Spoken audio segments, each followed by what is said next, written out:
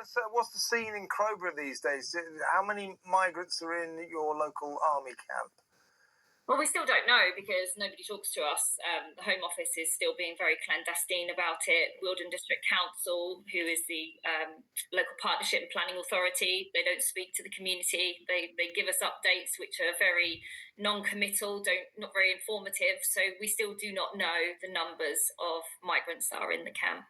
See, that's the story of the whole country, though, because I wanted to talk to you about this kind of the whole business of taking these migrants who are currently in hotels, some of them in military bases, and dispersing them around the country. I think it's opened a whole new Pandora's box of problems. We've had villagers suddenly realizing there's a house full of migrants in their midst.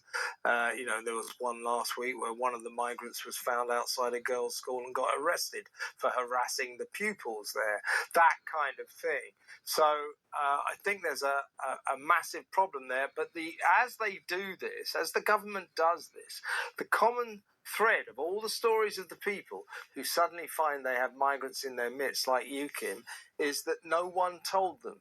It's all kept a secret from them. Suddenly, they wake up and next door, it's a house of multiple occupation. Or in your case, you pretty much wake up and your local army trainee camp is now an asylum seeker accommodation centre, and they don't even tell you how many people are there. Do you have a sense that the numbers are building up? Yeah, you can see the numbers have risen. We see them around in town. We've seen a lot of them drinking.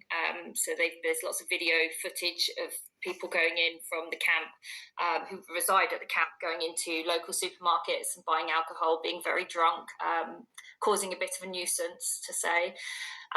So obviously we've got the army barracks, but I've obviously spoken to a lot of people over the last 6 months, and one of the towns I spoke to had an asylum hotel shut down, and they had been moved into HMOs, houses of multiple occupancy.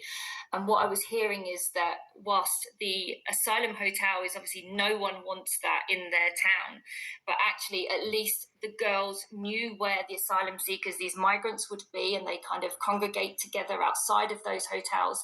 When they were dispersed to HMOs, houses of multiple occupancy, around the town, girls and parents didn't know any longer where these migrants were going to be. And so it was very, very difficult for people to avoid the areas because they didn't know where they were.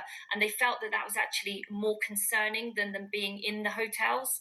So obviously for us, we've got our cadet training centre where our cadets were just kicked out overnight, and hundreds of asylum seekers were moved in.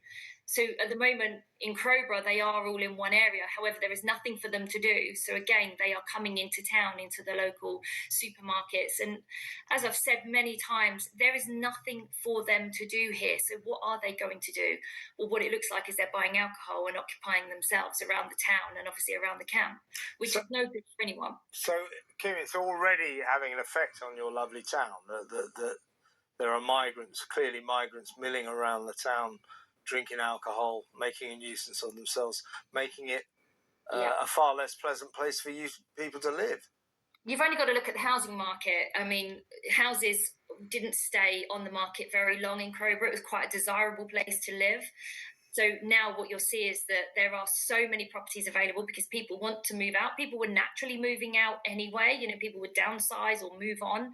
But now there are so many houses and people cannot sell their house. I was one of those people. I was trying to sell my house. There is no way I can sell my house now. Nobody can. And those that are perhaps lucky enough to sell their house, they are taking a massive drop. This is people's lifetime of work where they have invested in their properties to ensure a retirement, or, people want to buy bigger houses now because their families are expanding.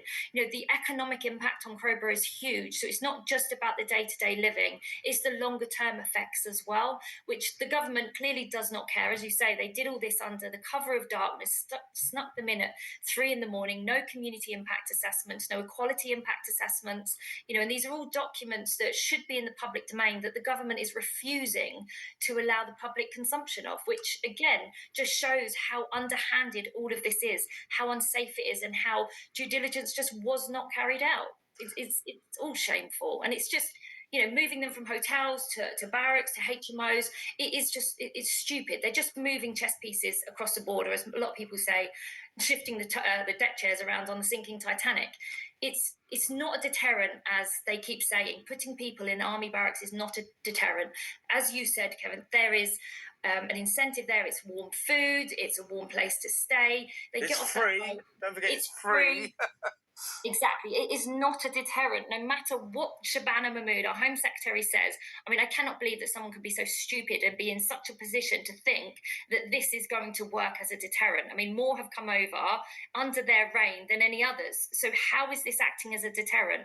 I think I can't remember his name, the previous border control. Tony Smith, yeah. Tony, exactly. He's saying the first thing you need to do is leave the ECHR and reform the law to be able to detain them. There are plenty of examples of atrocities or bad things that have happened that have caused a change in the law. Why is this not happening? We've just seen what happened on Brighton Beach, that conviction. Rhiannon White. These are atrocities that are happening. Something needs to change.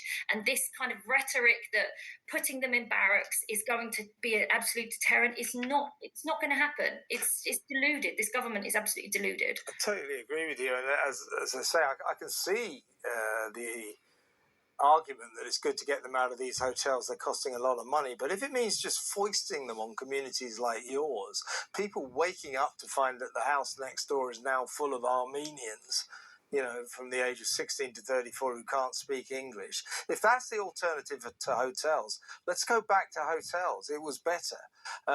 This is really, really worrying. And I think it's a disgrace they don't keep you in the picture, that you still don't know exactly how many migrants are there. The secrecy with which this government carries out these policies is an utter disgrace. Kim, always a pleasure to have you on the show, though. Thank you very much for your time. The brilliant